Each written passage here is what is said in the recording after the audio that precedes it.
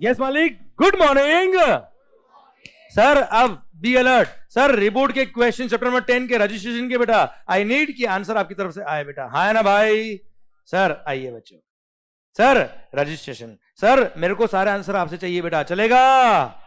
यही समझ लो आपका टेस्ट हो रहा है बेटा ये, ठीक है? और मेरी रिक्वेस्ट आप सबसे बच्चों, सर आपको जो ये मैं क्वेश्चंस यहां कराता हूं, सारे क्वेश्चन हम यहां सोल्व करते हैं, पर घर पे जाके एक बार आपको रीड करना ताकि आपको समझ में आए कि लैंग्वेज क्या लिखनी होती है एग्जाम में। सेकंड थिंग, मैं आपको वापस बता रहा हूं, इसमें लैंग्वेज जो लिखी है वो एज इट इज लिखने की जरूरत नहीं बेटा, पैटर्न आपको समझ में आना चाहिए किस तरह आंसर लिखने बेटा आपको, ठीक है? क्लियर? और हाँ सर जैसे आपके क्वेश्चन आते हैं कि एग्जाम में क्या लिखना है, अरे सर सारे क्वेश्चन जो हम यहां सोल्व कर रहे हैं वही तो लिखना है बेटा, और क्या करना है? क्लियर? पढ़ो ध्यान से। First question, examine with reasons.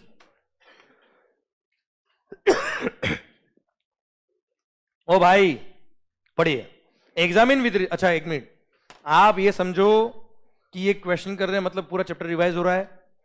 आप ये समझो ये चैप्टर के क्वेश्चन सारे कर रहे हैं मतलब आपका टेस्ट चल रहा है, और आपका ही नहीं मेरा भी टेस्ट चल रहा है बेटा ये। क्लियर? मेरा टेस्ट ही कितना मैंने पढ़ा है, कितना आपको समझ आया बेटा, ठीक है? और आपका टेस्ट ही कि आपने जो पढ़ा है वो कितना समझ में आया आपको बेटा। पढ़िए, एग्जामिन विद रीजन। सर ओ मालिक, और एक बात और, जब भी अभी क्वेश्चन करते हो ना बेटा,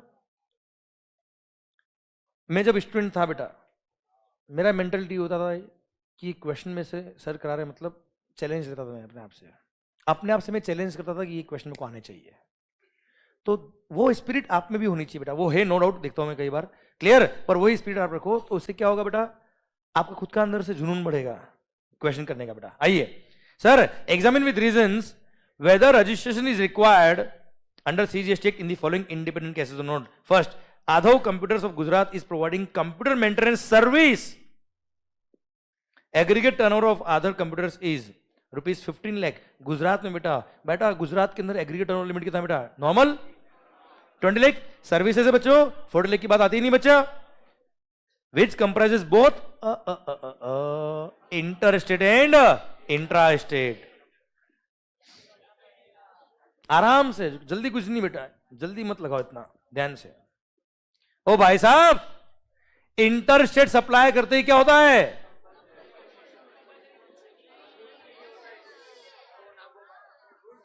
सर्विसेज के केस में 20 लाख का बेनिफिट दिया हुआ है। याद करो, मैंने एग्जांपल दिया था, आपके फ्रेंड किसी और स्टेट में आप रिटर्न फाइल कर रहे हो, यहां से बेटा 1000 रुपए फीस ली, आपने याद आया? इंटरस्टेट सप्लाई ऑफ सर्विसेज के केस में मैंने सर्विसेज को देखो येलो मार्क किया भी बेटा आपके लिए। क्लियर? 20 लाख का बेनिफिट है। आप समझ में आए क्वेश्चन क्यों करना चाहिए बेटा अपने को? यस, ठीक है, चल गुड। अच्छा यहां गलती तो क्या सोचने का? यस, अच्छा वो हमने क्वेश्चन यहां कर लिए, आगे गलत नहीं होना चाहिए बेटा आप, ठीक है? नहीं, आगे गलत नहीं होना चाहिए बेटा आप। अच्छा हो गलती हो तो ठीक है, पर आगे वापस गलत होना होता बेटा तो बहुत गलत हो जाएगा बेटा फिर। सर सेकंड, अच्छा मतलब क्या है? एक मिनट, आंसर क्या फाइनली? इनको रजिस्ट्रेशन की जरूरत नहीं है, जब तक इनका एग्रीगेट टर्नओवर 20 लाख रुपए क्रॉस नहीं होता तब तक रजिस्ट्रेशन की जरूरत नहीं है, since he is a supplier of services. आइए मालिक, Soft Wings of West Bengal. Again देखो बेटा, स्टेट का नाम सुनते ही आप तो पहली बात तो रजिस्ट्रेशन पढ़ रहे ना बेटा, तमन्ना औसम टीपी याद आएगी बेटा आपको? तमन्ना औसम टीपी, ठीक है? वहां कवर नहीं ना बेटा, नॉर्मल 20 लाख बेटा, बात खत्म। Exclusively trading in garments supplies its taxable goods to various, एक minute, to various states in India। मतलब ये इंटरस्टेट सप्लाई कर रहा है। Aggregate turnover of soft wings is 35 lakh. क्या करने का? दिमाग खराब नहीं करने का, इसको तो कंपलसरी रजिस्ट्रेशन है सेक्शन में 24 के हिसाब से बेटा। हाँ है ना भाई? एक बार देखो, आंसर देखो बेटा, चलो। Threshold limit for registration in the state of West Bengal for the persons engaged exclusively in goods is rupees 40 lakh बेटा। सिंपल लैंग्वेज लिख दिया कि 40 लाख का टर्नओवर लिमिट है बेटा अगर आप एक्सक्लूसिव गुड्स सप्लाई करते हो तो बेटा। पर however registration is compulsory if the supplier is engaged in interstate supply of goods। Threshold limit of 20 lakh or 10 lakh is not available in case of interstate supply of goods। Thus soft wings is required to obtain registration compulsorily। बेटा भारत माता की जय। है ना easy language में answer बेटा? ठीक, और ये एग्जाम में भी आ चुका बेटा, देख लीजिए आप। ठीक है। आइए, मैक्सिमम क्वेश्चन हमको ऐसे ही मिलने वाले हैं, किसको रजिस्ट्रेशन कराना किसको नहीं कराना बेटा। Examine whether the liability to register compulsory under section 24 arises in each of the independent cases or not. First, Minu, a supplier in Maharashtra is exclusively engaged in supply of potatoes produced out of the cultivation of her own land within Maharashtra and outside and also outside Maharashtra. बेटा ये same question हम कर चुके बेटा already main book में, हाँ है ना भाई, रिपीट हुआ है बेटा। क्या हुआ बेटा? रिपीट। सिंस वो एक्सक्लूसिवली एग्रीकल्चरलिस्ट है बेटा, रजिस्ट्रेशन की जरूरत नहीं है। जीनू ऑयल्स, ये भी सेम पॉइंट है बेटा, oil as well as petrol supply करते बेटा, है ना।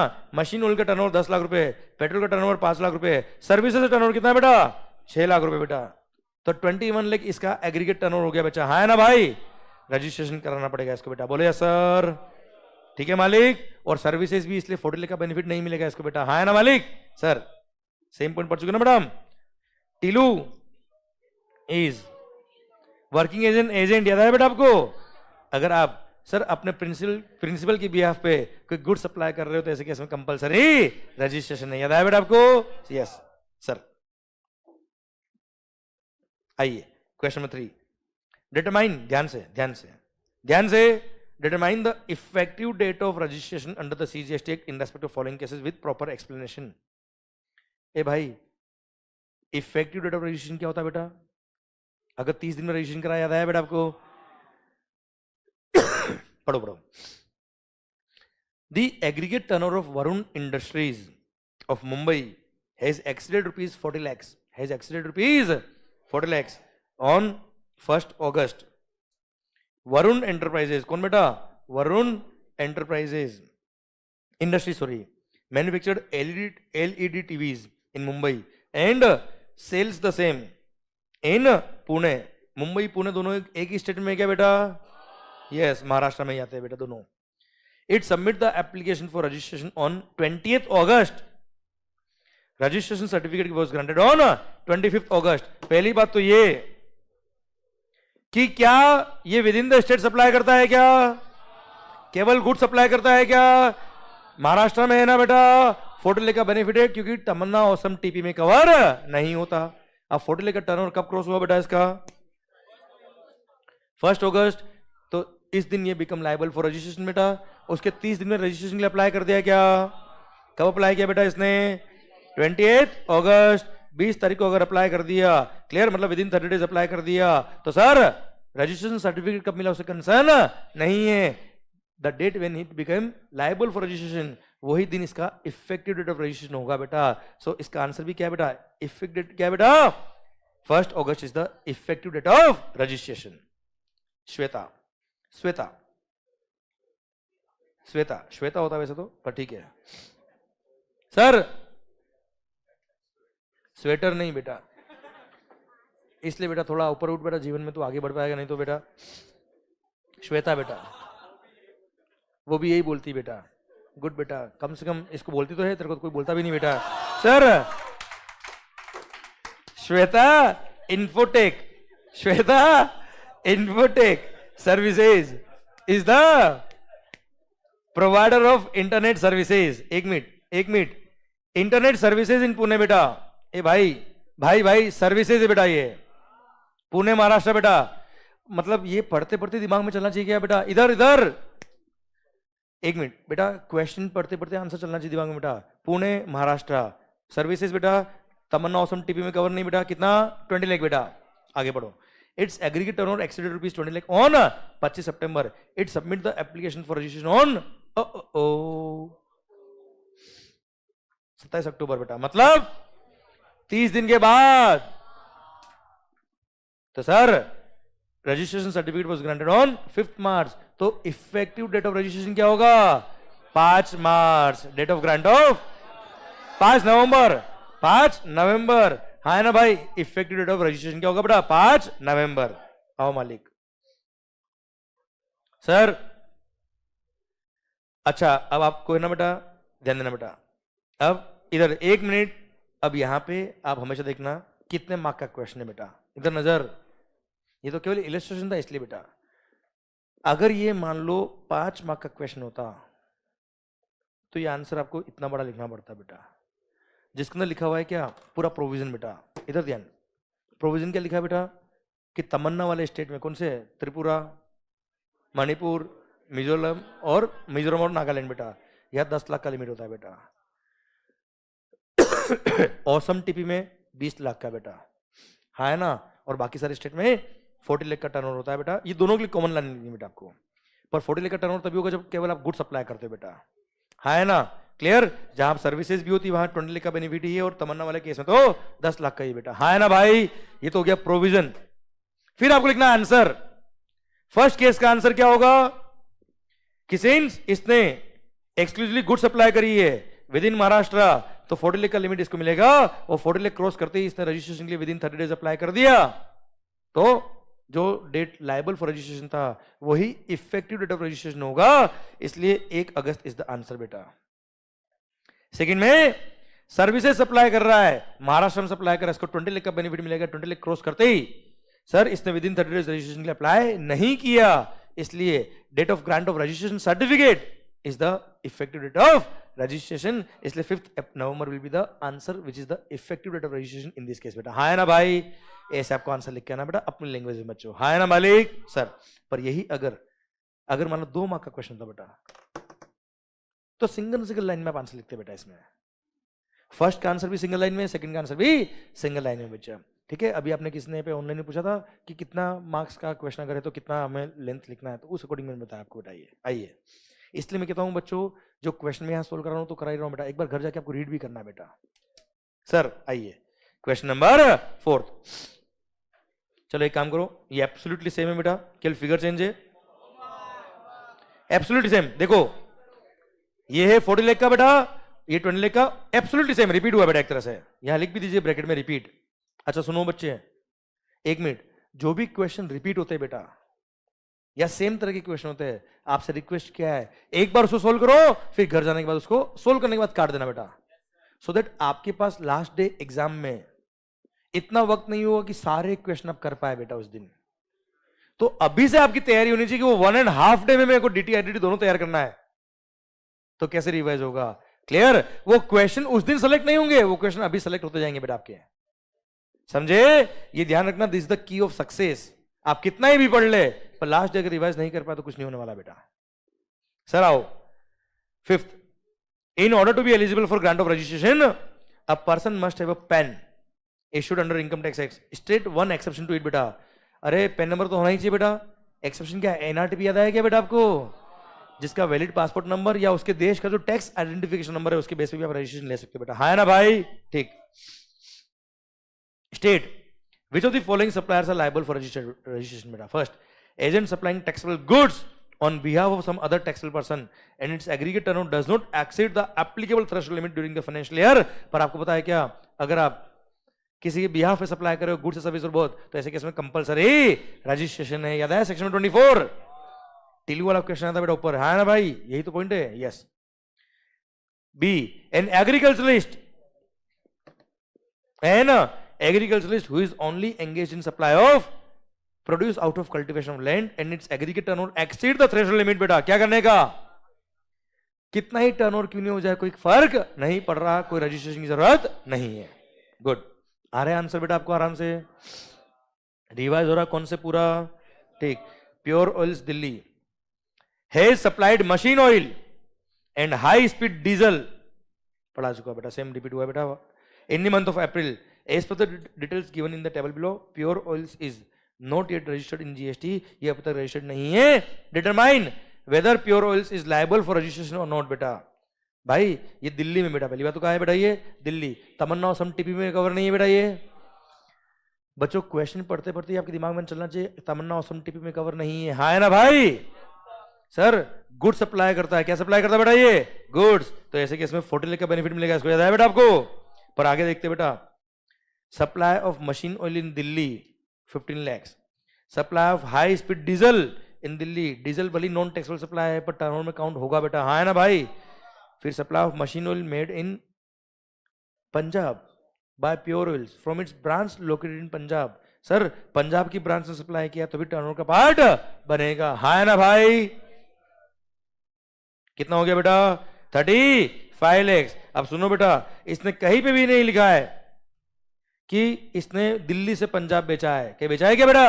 नहीं, मतलब पंजाब का गुड्स पंजाब में बेचा, दिल्ली का गुड्स दिल्ली में बेचा बेटा इसने। तो सर इंट्रास्टेट सप्लाई कर रहा है बेटा, ये केवल गुड्स से सप्लाई कर रहा है। एग्रीगेट टर्नओवर लिमिट इसको 40 लाख का मिलेगा, और 40 लाख का बेनिफिट अगर इसको मिलता है तो ऐसे इसमें इसको रजिस्ट्रेशन की जरूरत नहीं है, हाँ है ना भाई? और एग्रीगेट टर्नओवर में सर ऑल इंडिया बेस पे जितने टर्नओवर है, जितने ब्रांचेस सबका टर्नओवर क्लब करते हैं, नॉन टैक्सेबल सप्लाई भी टर्नओवर का पार्ट बनता है। ये सब इसने आंसर की थ्योरी में लिखा है बेटा, हाँ है ना मालिक? अरे क्लियर, डन। आइए मालिक, question number 8, what would be your answer in the above question? उसी क्वेश्चन में आपका आंसर क्या रहेगा?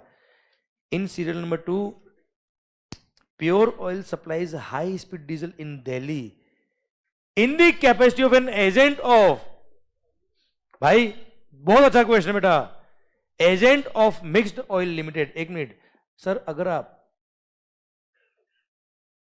एक एजेंट और प्रिंसिपल की बिहाफ पे कोई टैक्सेबल सप्लाई कर रहे हो, क्या सप्लाई करो बेटा? तो ऐसे केस में कंपल्सरी रजिस्ट्रेशन है बेटा। If a person is supplying the goods और सर्विस और both on behalf of any other person, है ना? क्लियर? पर सप्लाई कौन सा होना चाहिए बेटा? टैक्सेबल सप्लाई का। आप मुझे बताओ, आपने डीजल सप्लाई किया एज एन एजेंट, तो क्या वो टैक्सेबल सप्लाई है क्या बेटा? नॉन टैक्सेबल सप्लाई अगर आप करते हो तो ऐसे केस में ऐसे एजेंट को कंपल्सरी रजिस्ट्रेशन नहीं है। क्लियर? इसलिए again sir, pure oils is supplying non taxable supplies, clear, on behalf of pure oils, इसलिए इसको रजिस्ट्रेशन की जरूरत नहीं है, हाँ है ना भाई? यस। आओ मालिक, it's a very good question, लिखिए यहां पे वेरी गुड। 9th, बच्चों बच्चों बच्चों, इसमें तमन्ना औसम काम आएगी बेटा आपको, ठीक है? देखना बेटा। अरे एक मिनट, अब वेरी गुड क्यों लिखा बेटा ये देख ले बेटा, एक मिनट, ये एक बार ये देख लास्ट में।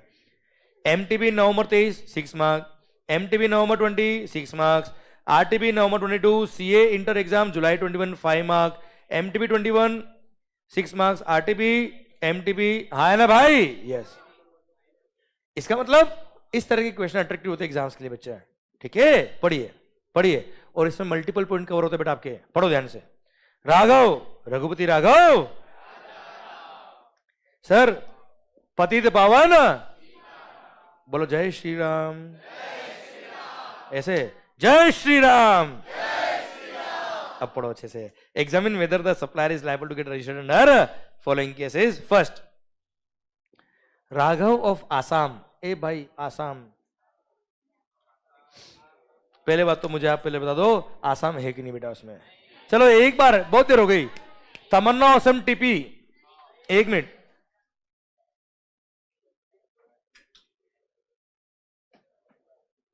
एक मिनट, एक बार रिवाइज कर लेते सो दैट अगले 4-5 क्वेश्चन तक मुझे याद रहेगा कौन सा है कौन सा नहीं बेटा।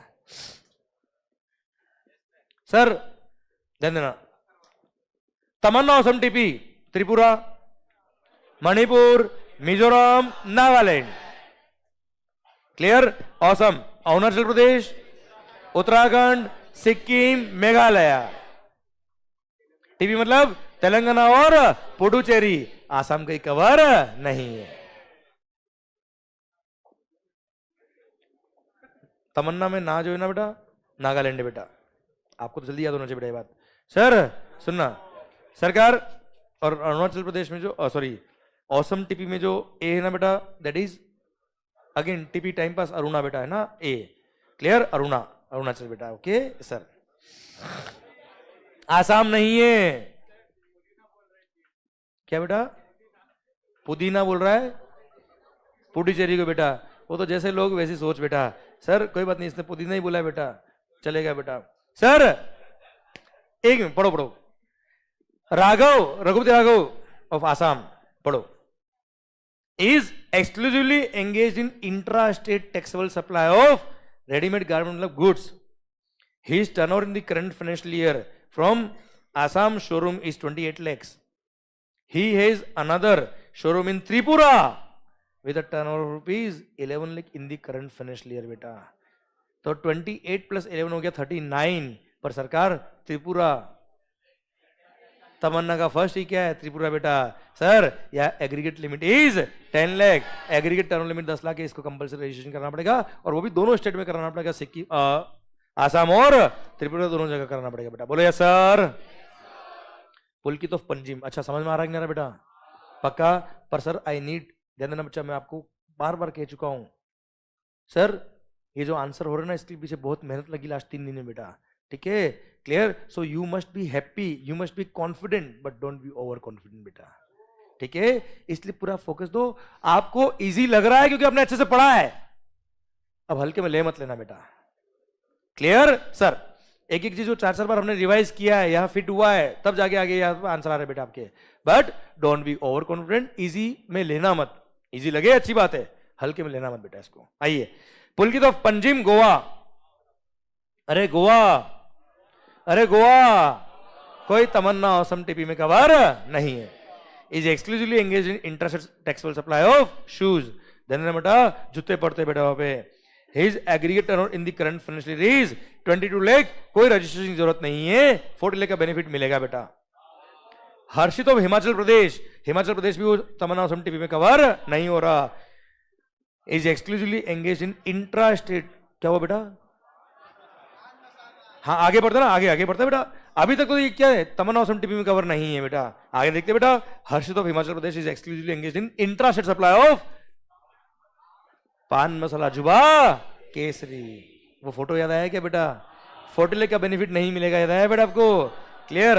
His aggregate turnover in the current financial year is rupees 24 lakh. Sir Tamanna awesome TP में कवर नहीं है, 40 लाख का बेनिफिट मिलता है, पर देयर आर सम एक्सेप्शन कि अगर आप पान मसाला के सप्लायर हो तो ऐसे केस में 40 लाख का बेनिफिट नहीं मिलेगा, पर 20 लाख का तो मिलेगा ना बेटा इनको, तो 20 लाख का बेनिफिट मिलेगा, पर ऑलरेडी टर्नओवर कितना हो चुका बेटा? 24 लाख। इनको रजिस्ट्रेशन के लिए अप्लाई करना पड़ेगा, they are liable for registration बेटा। हाँ ना भाई? अंकित ऑफ आसाम, तमन्ना औसम टीपी में कवर नहीं है बेटा।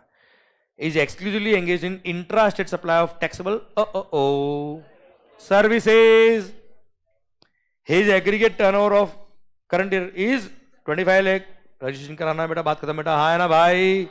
क्योंकि 20 लाख का बेनिफिट मिलेगा सर्विसेज के लिए। संचित ऑफ आसाम, ये आसाम के लोगों को बहुत सारा आ गया बेटा। इज एंगेज, क्योंकि आसाम पता है बेटा ये स्पेशल कैटेगरी स्टेट में आता है, पर ये इन स्टेट में नहीं आता है बेटा, इसलिए मैक्सिमम बच्चे कंफ्यूज होते हैं आसाम के नाम पे बेटा। पर आपको तो आसाम नाम से कभी कंफ्यूजन हुआ ही नहीं होगा, मेरी गारंटी बेटा आपसे। आप सोचिए एग्जाम अगर एक ही क्वेश्चन में 3 बार आसाम दे रहा है बेटा, मतलब कोई ना कोई बात तो होगी बेटा, पर आपको 1% भी आसाम के नाम से टेंशन नहीं आई बेटा। ये होता है लेवल ऑफ पढ़ाई बेटा आपका। क्लियर? सर संचित of Assam is engaged in intra state supply of both taxable goods and service बेटा, यार सर्विसेज भी बचा है इसका यार। His aggregate turnover in the current year is 30 lakh, दिमाग खराब मत कर, रजिस्ट्रेशन कराओ बेटा। हाँ है ना भाई?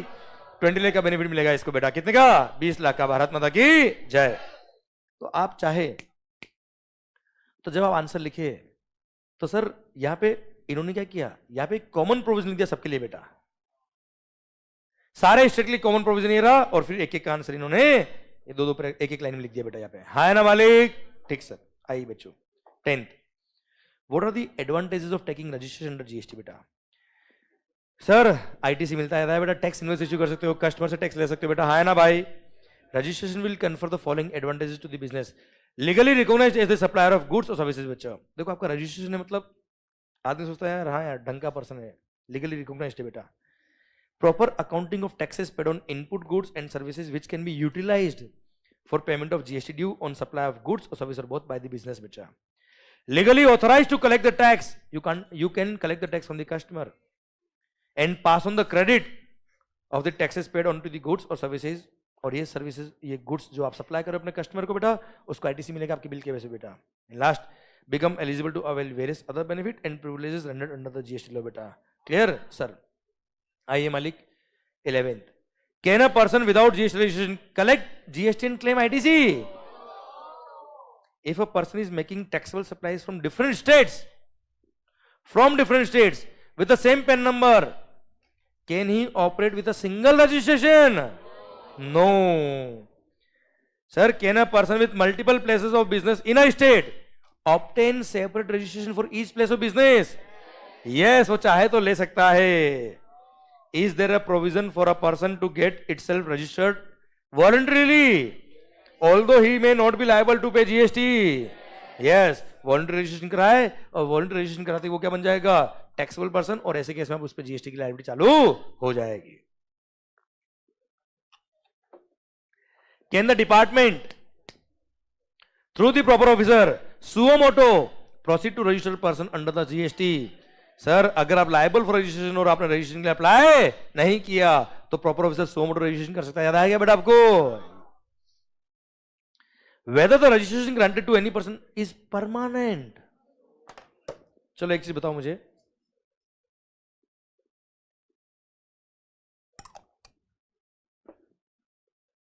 एक बार आपको जीएसटी में रजिस्ट्रेशन दे दिया तो क्या हर साल अप्लाई करना है क्या? क्लियर? तो ये क्या है? It is permanent until it is cancelled. हाँ है ना भाई? कैंसिल कर दिया एक अलग बात है बेटा, otherwise it is permanent. Bharat Mata की जय। Is it necessary for the UN bodies to get registration under the GST? Answer क्या है? यस, इनको यूआईएन नंबर लेना पड़ता है बेटा। हाँ है ना भाई? क्लियर? समझे मेरी बात सर? और हाँ, इन्होंने जो यूआईएन नंबर लिया वो through out the country common रहता है, स्टेट वाइज अलग से अप्लाई नहीं करना पड़ता। देखो पढ़ लो सर। अब देखो यहाँ पे आंसर में जैसे लिखा है in terms of section 29 sub section 5 of the CGST act, ये आपसे याद नहीं हो पाएगा। क्लियर? तो आपको ये सब लिखने की जरूरत नहीं होती एग्जाम्स के लिए बेटा। हाँ है ना? ऑल नोटिफाइड यूएन बॉडीज, आप ये चाहे तो लिख सकते हैं as per the provisions of the CGST act. बेटा नहीं यार, क्लियर? बहुत देर होगी बेटा। ठीक है सर? सुना बच्चों ध्यान, आपका ही लॉस होगा बेटा और कुछ नहीं। आपको समझ में आ रहा होगा कि याद हो रहा है, मेरे को समझ में आ रहा, पर वो कांस्टेंट याद नहीं हो रहा है। क्लियर? वो टेम्पररी याद हो रहा है, फिर 2 दिन बाद होता है ना कई बार, हम तो यार पढ़ा तो था पर याद नहीं आ रहा है। वो लैक ऑफ कॉन्सेंट्रेशन है बेटा आपका। आपको अभी लगता है क्या मेरे को याद हो रहा है, समझ में आ रहा है, पर 2 दिन बाद भूल जाएंगे अगर कॉन्सेंट्रेशन पूरा नहीं रहा तो। इसलिए प्लीज ध्यान इधर। कोई डाउट आप मेरे से बात करिए, कोई तकलीफ नहीं सर। सर आपस में नहीं बेटा, प्लीज सर। सर क्या लिखा है? In terms of section number 29 subsection 25 subsection number 9 of the CGST Act, all notified UN bodies, consulate or embassy of the foreign countries or any other class of persons so notified would be required to obtain a unique identification number from the GST portal beta. The structure of the said ID would be uniform across the states beta, in conformity with the GST structure beta, and the same will be common for the center in the state. मतलब CGST और SGST में common रहेगा बेटा, and पूरे India में इनका same registration number रहेगा। State wise इनको चेंज करने की जरूरत नहीं है। This UN will be needed for claiming refund of the taxes paid on notified supplies of goods और services both received by them. जो इन्होंने इनवर्ट सप्लाई लिया उस पर जो टैक्स पे किया उसके रिफंड के लिए ये नंबर होता है बेटा। And for any other purpose any as में भी नोटिफाइड बेटा। हाँ है ना भाई? कोई खास बात? ठीक sir. What is the responsibility of the taxable person making supplies to UN bodies बेटा? सर आपका रेस्पॉन्सिबिलिटी क्या है? आप जो सप्लाई कर रहे हो उस पर टैक्स चार्ज करेंगे, टैक्स कलेक्ट भी करेंगे उनसे बेटा, पर बिल में उनका यूआईएन नंबर लिखेंगे सो दैट जब रिटर्न आप फाइल करेंगे उनके इनवर्ट सप्लाई में ये लिस्ट अपना बन जाए सो दैट वो रिफंड ले पाए बेटा। हाँ है ना भाई? ठीक सर। मतलब उनको टैक्सेबल पर्सन की तरह ट्रीट करना है बेटा आपको। B2B सप्लाई मानना है। क्या मानना है बेटा आपको? B2B सप्लाई मानना है बेटा। आइए, what is the validity period of registration certificate issued to a casual taxable person and NRTP? याद करो कितने दिन के लिए वैलिड था सर्टिफिकेट? जितने दिन के लिए इन्होंने अप्लाई किया उतने दिन, या 90 days which ever is lower. Further extension कितना बेटा? मैक्सिमम 90 मोर डेज का बेटा। हाँ है ना भाई? सर हर एक पॉइंट याद आ रहा है ना बेटा आपको? चलिए sir 20, what happens when the registration is obtained by means of wilful misstatement, fraud etcetera, तो your registration is liable to be cancelled. ठीक sir. Is there any option to take centralised registration for services under GST law बेटा? क्या पूरे India के लिए आप single registration ले सकते हो क्या? Answer is no. State wise separate registration number लेना पड़ेगा। सेंट्रलाइज्ड रजिस्ट्रेशन का सिस्टम पहले सर्विस टैक्स में हुआ करता था, यहाँ पे नहीं है। What could be liabilities insofar as the registration is concerned on transfer of business? Sir business अगर ट्रांसफर कर रहे हो तो जिसने बिजनेस परचेज करा transferee, successor of the business, उसको नए रजिस्ट्रेशन के लिए अप्लाई करना पड़ेगा। और ट्रांसफर का अगर और कोई बिजनेस नहीं है, उसका टैक्स का लायबिलिटी नहीं आता, उसको अपना रजिस्ट्रेशन क्या करना पड़ेगा? कैंसिलेशन के लिए अप्लाई करना पड़ेगा बेटा। हाँ है ना भाई? ठीक। कोई खास बात? चलिए, at the time of registration will the assessee have to declare all his places of business? क्या रजिस्ट्रेशन कराते वक्त मेरे अगर 10 ब्रांच है सबको डिक्लेयर करना पड़ेगा? Answer is yes. सर भले सिंगल रजिस्ट्रेशन ले रहा बेटा मैं, sir within the same state है, एक प्लेस को डिक्लेयर करूंगा as a principal place of business, बाकी सबको एडिशनल प्लेस ऑफ बिजनेस अगर सिंगल रजिस्ट्रेशन ले रहा हूं तो बेटा। हाँ है ना भाई? Yes. Does cancellation of registration impose any tax obligation on the person whose registration is cancelled? अगर आपका रजिस्ट्रेशन कैंसिल हो रहा है तो क्या टैक्स की लायबिलिटी बनती है क्या? सर जितना भी स्टॉक है याद आया क्या बेटा आपको? उस पर टैक्स लायबिलिटी बनती है ना, सेक्शन 29 सबसेक्शन 5 जो आईटीसी पढ़ा था बेटा हमने, याद आया बेटा? जितना भी इनपुट स्टॉक में है, भले ही रॉ मटेरियल कंडीशन में हो, डब्ल्यूआईपी कंडीशन में हो, फिनिश्ड गुड्स कंडीशन में हो, भले ही कैपिटल गुड्स है, उन सबका प्रोपोर्शनेट इनपुट टैक्स क्रेडिट या इनके सेल करने पे जो आउटपुट टैक्स लायबिलिटी बनती है बेटा, वो विच एवर इज हायर, इतना आपको टैक्स लायबिलिटी आती है अगर आप रजिस्ट्रेशन क्या कराते हो बेटा? कैंसिल कराते हो। याद आया बच्चों आपको? यस। तो ये सिंस छोटा सा 3 मार्क का क्वेश्चन था, इसलिए 3 मार्क जितना इतना आंसर लिखा है बेटा, है ना? समझे? डन, पॉइंट खत्म होता है। अब सर ये देखिए इंस्टीट्यूट के मटेरियल ने जितने क्वेश्चन दिए थे सारे कवर हो गए और सारे आंसर आपको आते। This is the main point बेटा। अब मेरा रिक्वेस्ट क्या बच्चों, सर सारे क्वेश्चन आपको आते हैं, पर सर जब तक आपने एक बार बुक से लैंग्वेज नहीं पढ़ा तो आपको वो जो आप पता है बोलते हो कुछ लोग कि सर एग्जाम में कैसे लिखना है, क्लियर? वो मैंने हर एक क्वेश्चन यहाँ करा रखा है बेटा, आपको ऐसे तो लिखना है और कैसे लिखना है बेटा, क्लियर? पर अगर आप नहीं पढ़ोगे तो स्पून फीड से काम नहीं होगा बेटा। आप यही बात ध्यान रखना। देखो वी आर द कोच, अगर हम स्पून फीड करेंगे, देखो वैसे हर एक पॉइंट हमने पढ़ाया, सारे क्वेश्चन भी करा दिए, क्लियर? पर अगर आपके इन पे कुछ भी नहीं आपने किया तो कुछ नहीं हो पाएगा बेटा, क्लियर? सर इसलिए मेहनत तो आपको करनी पड़ेगी। आइए section B, additional questions, past RTPs, MTPs, exam papers हम पढ़ेंगे ब्रेक के बाद। थैंक यू सो मच, माहौल जबरदस्त, शानदार।